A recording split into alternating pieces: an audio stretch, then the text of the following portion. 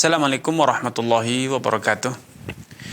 Innal hamdalillah nahmaduhu wa nasta'inuhu wa nastaghfiruh wa na'udzu billahi min shururi anfusina wa sayyiati a'malina. May yahdihillahu fala mudilla lahu wa may yudlil fala hadiyalah. Asyhadu an la ilaha illallah wahdahu la syarikalah wa asyhadu anna Muhammadan abduhu wa rasuluhu amma ba'd. Pemirsa Fatwa TV dimanapun Anda berada, Alhamdulillah di kesempatan kali ini saya masih berkesempatan untuk hadir ke tengah ruang share Anda. Bersama-sama kita tafaquh fi dinillah, membekali diri kita dengan ilmu agama Allah Azza wa Jalla. Semoga program acara ini menambahkan iman, mengobarkan semangat juang, semangat beramal dalam diri kita, dan tentunya menambah luas hazanah keilmuan kita. Tidak luput salawat serta salam untuk kita aturkan kepada Nabi kita, Nabi Muhammad sallallahu alaihi wasallam, kepada keluarga dan juga sahabat-sahabatnya yang telah membuktikan ketulusan niat, kesungguhan perjuangan demi tegaknya dinul Islam.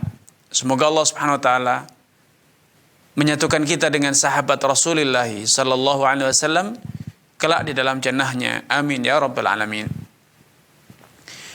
Pemirsa Fatwa TV dimanapun Anda berada, masih bersama matan kitab Al-Ghayah fil Ikhtisar, buah karya Syekh Al-Imam Abu Syuja' rahimahullah ta'ala. Kali ini kita sampai pada pembahasan tentang Al-Ghasbu, atau merampas hak orang lain. Al-Mu'allif rahimahullah mengawali pembahasan ini dengan mengatakan, وَمَنْ غَصَبَ مَالًا لِأَحَدٍ لَزِمَهُ رَدُّهُ وَأَرْشُ نَقْسِهِ وَأُجْرَةُ مِثْلِهِ.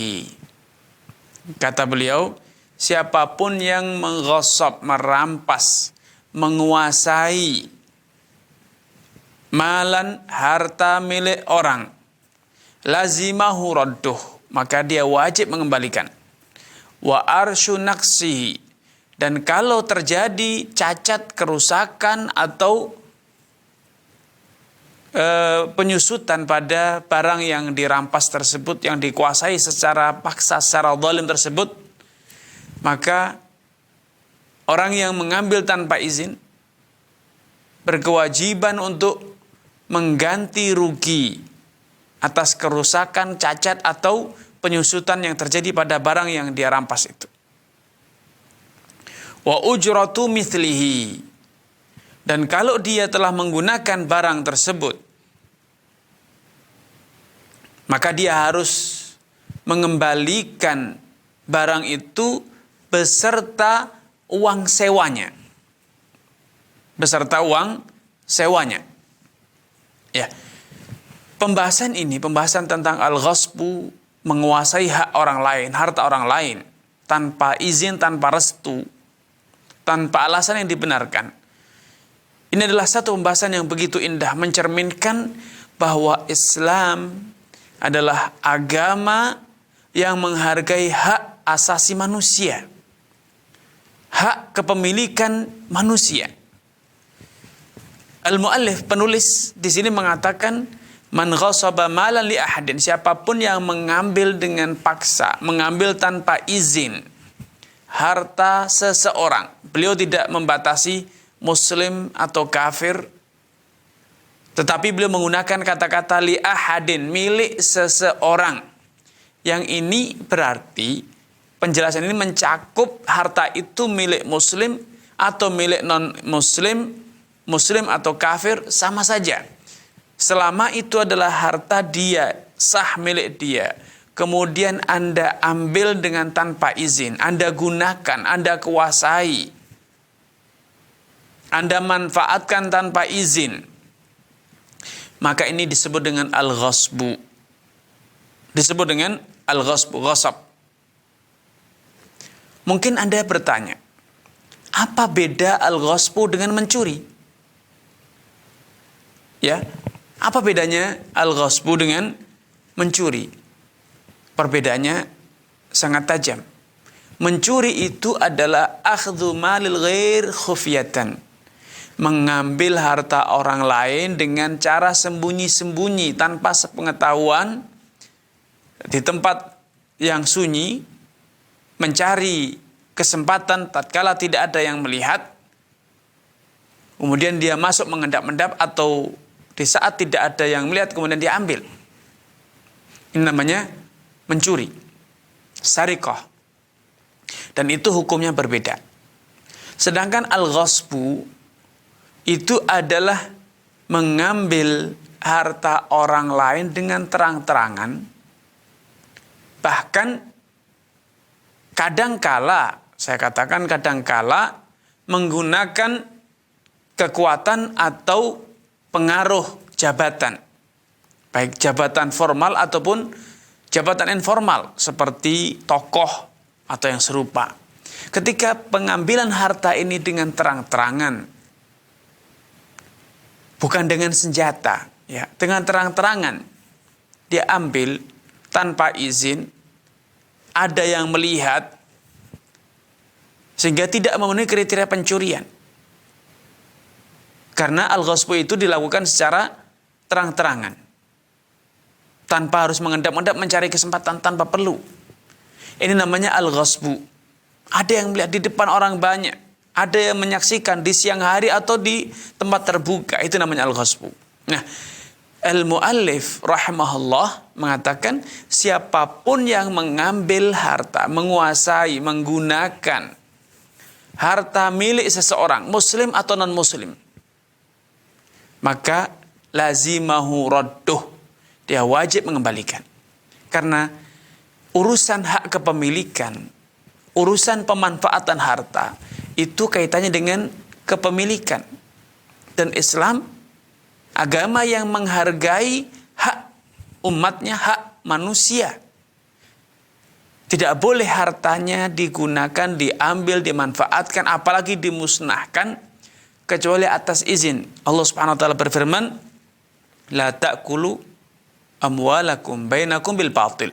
Ya ayyuhalladzina amanu la ta'kulu amwalakum bainakum bil batil illa an takuna tijaratan an taradin. Wahai orang yang beriman, la ta'kulu, janganlah kalian memakan harta orang lain, harta sesama kalian dengan cara-cara yang tidak dibenarkan, dengan cara-cara yang batil, kecuali bila pengambilan harta orang lain itu dilakukan melalui praktek jual beli yang dilakukan secara taradin, suka sama suka. Nah, pada ayat ini dengan tegas Allah melarang kita untuk memakan harta sesama kita dengan cara-cara yang tidak dibenarkan. Allah mengatakan di sini la ta'kulu, janganlah kalian makan. Bukan berarti larangan ini hanya berkaitan dengan makanan saja, tidak. Tetapi diungkapkan dengan kata-kata makanan karena itu adalah praktek yang paling dominan, yang paling sering terjadi di masyarakat. Mengambil untuk dimakan, baik langsung atau mengambil untuk dijual dan hasilnya untuk dimakan, dibelanjakan untuk dimakan dan seterusnya. Bukan berarti kalau merampas harta orang lain, mengambil harta orang lain untuk dikenakan, boleh, tidak. Bukan demikian. Karena penyebutan kata-kata makan di sini itu hanya sebagai sampel atau karena itu sebagai perilaku yang dominan terjadi di masyarakat. Nah, al-muallif mengatakan lazimahu raddu, harus dikembalikan. Itu hukum asalnya. Lazimahu radduhu, idealnya kalau Anda sadar Anda telah mengambil harta orang lain tanpa izin, tanpa restu, tanpa kerelaan dari pemiliknya, maka solusi pertama yang harus Anda lakukan adalah mengembalikan. Ya.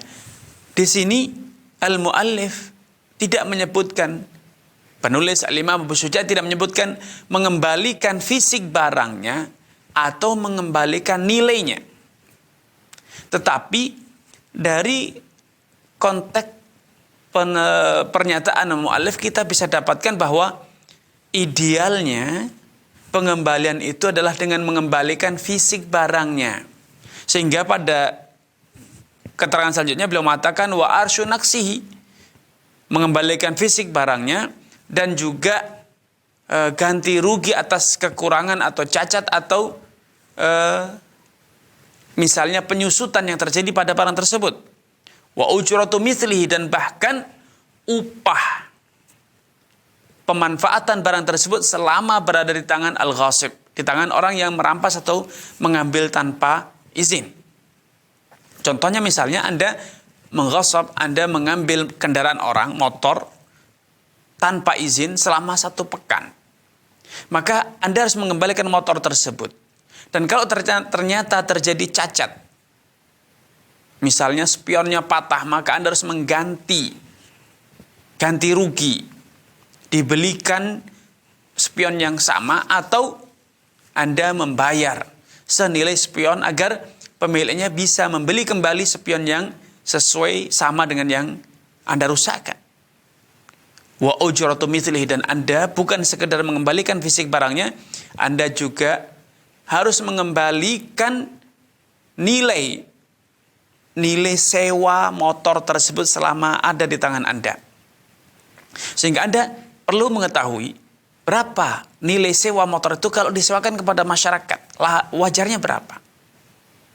Kalau mereka berkata, tradisi masyarakat, motor semacam ini nilai sewanya sehari 24 jam itu misalnya 100.000, maka Anda tinggal kalikan 100.000 kali 7 hari, karena Anda telah mengambil harta orang tersebut, motor tersebut selama 1 pekan.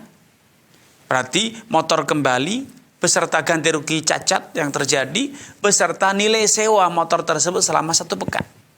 Kenapa demikian? Kenapa harus dengan nilai sewanya? Ya, karena Anda telah menghalangi pemilik motor tersebut dari mendapatkan hak guna, mendapatkan kegunaan motornya selama 1 pekan.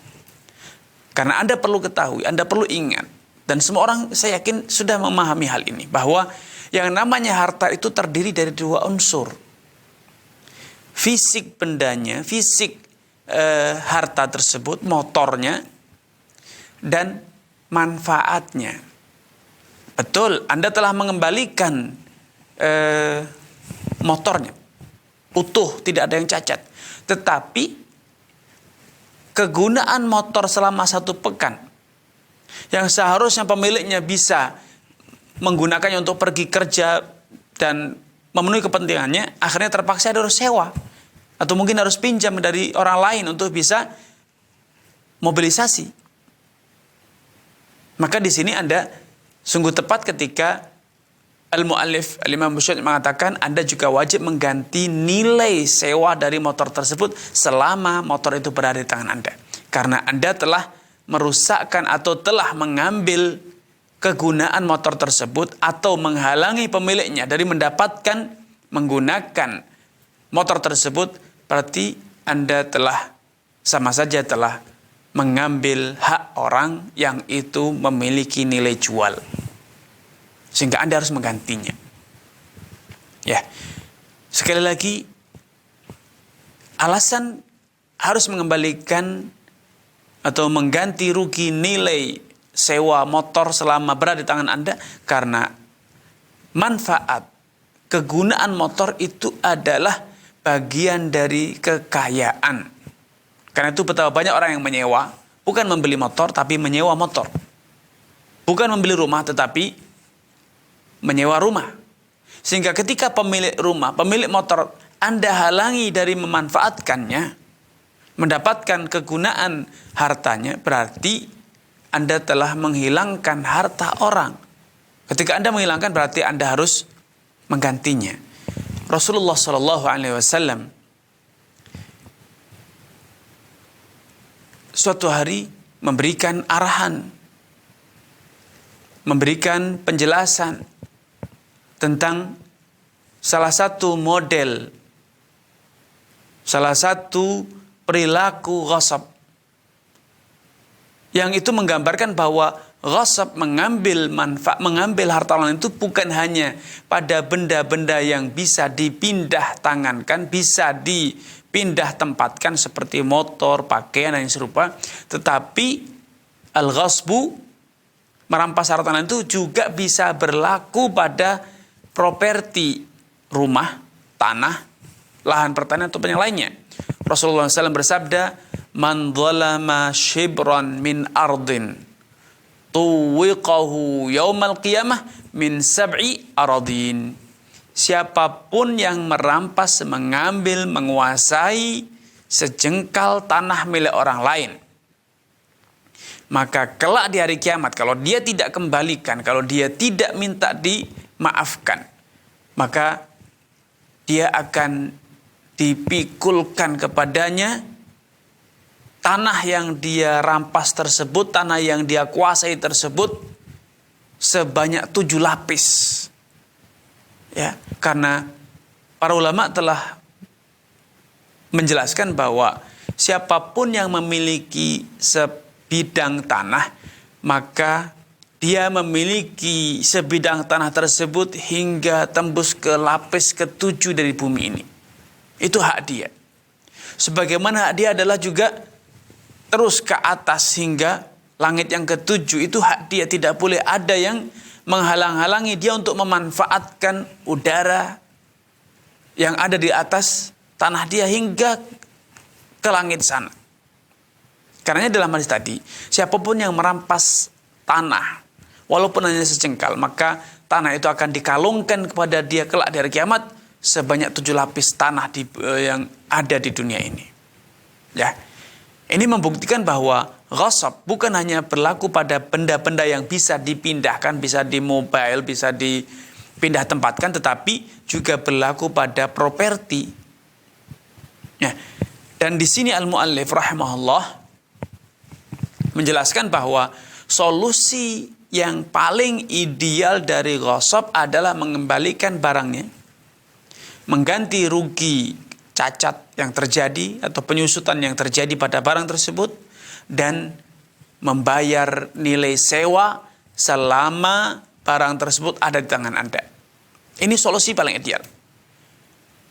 Namun ketika kita kaji dalil-dalil yang ada dari Nabi SAW, kita temukan bahwa solusi dari ghasab bukan hanya sebatas mengembalikan.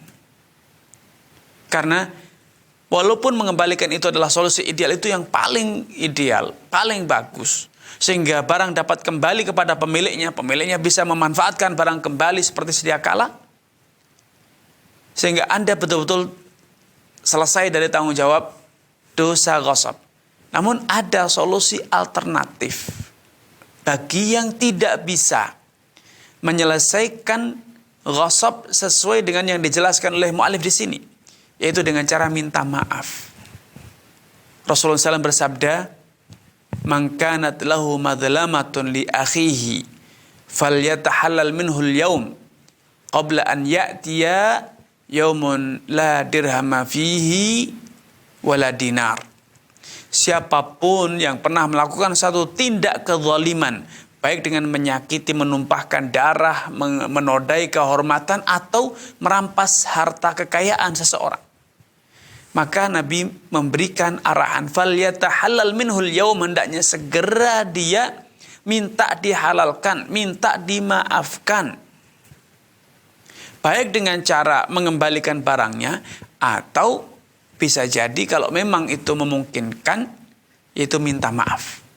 Bisa jadi pemiliknya berlapang dada, berbesar hati untuk kemudian menghalalkan. Sudah, tidak apa-apa, saya maafkan, itu milik Anda, sudah, saya berikan saja. Kalau ini terjadi, maka ini solusi alternatif. Ya, walaupun seringkali pemilik harta akan lebih memilih bila hartanya dapat kembali kepada dia seperti sedia kala. Karena memang manusia itu memiliki karakter al-bukhul, al-hirs, pelit, eman, sayang. Apalagi kepada orang yang telah terbukti curang, terbukti berbuat zalim. Makanya seringkali orang yang dizalimi, orang yang diambil haknya, seringkali memilih untuk dikembalikan haknya, bukan memaafkannya. Walaupun ada pula orang-orang yang memang Allah berikan jiwa besar, jiwanya pemaaf. hatinya betul-betul dihuni oleh keimanan kepada takdir, sehingga dia tidak merasa sayang, dia tidak merasa eman kalau dia memaafkan harta tersebut untuk kemudian dimiliki atau dinikmati oleh orang yang mengambilnya dengan cara-cara zalim, dengan cara-cara tidak benar. Kenapa? Dia beriman betul-betul dengan takdir. Dia orang yang hatinya bersih, jauh dari hasad, jauh dari ambisi untuk balas dendam. Namun sekali lagi ini adalah solusi alternatif, yaitu minta maaf, minta dihalalkan. Kalau itu bisa terjadi, maka tidak masalah. Maka selesai pula masalahnya. Karena pemilik hak telah memaafkan Anda walaupun barangnya masih tetap berada di tangan Anda. Walaupun barang yang Anda ambil darinya masih Anda gunakan. Karena dalam urusan hak perdata ataupun pidana sesama manusia, kewenangan paling tinggi untuk memaafkan, untuk memberikan satu keputusan itu adalah ada pada tangan pemilik hak. Sampai pun kalau orang itu dibunuh, maka ahli warisnya atau yang disebut dengan wali-walinya berhak untuk memaafkan. Maafkan saja, jangan dikisos, jangan dibunuh. Maafkan, biar dia hidup. Demikian pula orang yang dirampas hartanya, diambil hartanya dengan tanpa izin, dia juga punya hak untuk mengatakan saya telah memaafkannya. Saya telah memaafkannya. Ya, itu tentu akan lebih baik. Karena dengan kita memaafkan, Allah Subhanahu wa taala akan mengangkat derajat kita. Karena dengan memaafkan kita telah membuktikan betul-betul layak sebagai orang yang mendapatkan derajat yang tinggi. Wa ma zadallahu 'abdan bi'afwin illa izzan. Tidaklah seorang manusia, seorang hamba itu memaafkan saudaranya kecuali Allah akan tambahkan dia kemuliaan, izzah. Dalam ayat lain Allah juga berfirman, wa anta'fu aqrabu littaqwa, kalau engkau maafkan maka tentu itu lebih dekat dengan nilai-nilai ketakwaan. Karena memang Islam agama yang tidak mengajarkan kezaliman. Tetapi Islam melindungi hak. Sehingga kalau Anda memilih untuk tidak memaafkan dan menuntut hak, maka itu kewenangan Anda. Itu kewenangan Anda. Ya, karenanya Allah Subhanahu wa taala berfirman, "Faman i'tada 'alaikum fa'tadu 'alaihi bimithli ma i'tada 'alaikum la ta'tadu." Siapapun yang telah melakukan tindak kesewenang-wenangan kepadamu, maka engkau boleh membalasnya dengan yang setimpal dengan perbuatan mereka, perbuatan dia. Dan jangan sekali-kali engkau melampaui batas ketika engkau mengambil hak ataupun membalas. Ya, tetapi sekali lagi, bila Anda memaafkan, Anda merelakan, maka itu cermin Anda telah layak untuk mendapatkan kemuliaan dari Allah, karena Anda telah meneladani, terinspirasi dengan salah satu nama Allah Subhanahu wa taala, Afuwun, pemaaf. Dan Allah Subhanahu wa taala lebih senang untuk memaafkan dibanding membalas. Allah berfirman dalam hadis qudsi, wa rahmati sabaqat ghadabi. Dan kasih sayangku itu lebih dominan, lebih mengalahkan murkaku. Karenanya sebagai seorang mukmin, seorang muslim, sepatutnya Anda berlatih untuk bisa berlapang dada memaafkan. Tetapi Anda boleh menuntut. Dan kalau Anda sebagai pihak yang berbuat zalim, maka Anda harus kooperatif mengembalikan, mengganti rugi, baik kerugian fisik barang ataupun kerugian manfaat kegunaan barang tersebut. Ya. Kemudian Al-Mu'allif rahimahullah ta'ala mengatakan, fa in talifa dhaminahu bimithlihi in kana lahu mithlun aw biqimatihi illam yakun lahu mithlun akthar ma kanat min yaumil ghasbi ila yaumit talaf. Kalau barang yang Anda ghasab, Anda kuasai dengan tanpa izin, rusak, maka Anda wajib menggantinya dengan cara mendatangkan barang yang serupa. Bila ada barang yang serupa. Bila ada barang yang serupa. Au biqimati, atau Anda mengganti nilainya kalau memang tidak ada. Kalau tidak ada barang yang serupa. Illam yakun lahu mithlun. Ya. Kemudian mu'allif mengatakan aktsar ma kanat min yaumil ghasbi ila yaumit talaf. Kalau Anda mengganti dalam bentuk nilai, maka Anda harus menggunakan satuan nilai tertinggi, nilai barang tersebut yang termahal. Maksudnya demikian, kalau motor atau seekor sapi Anda ambil sebelum Idul Adha, Anda gunakan untuk membajak. Padahal sapi itu ketika Idul Adha nilainya sangat tinggi.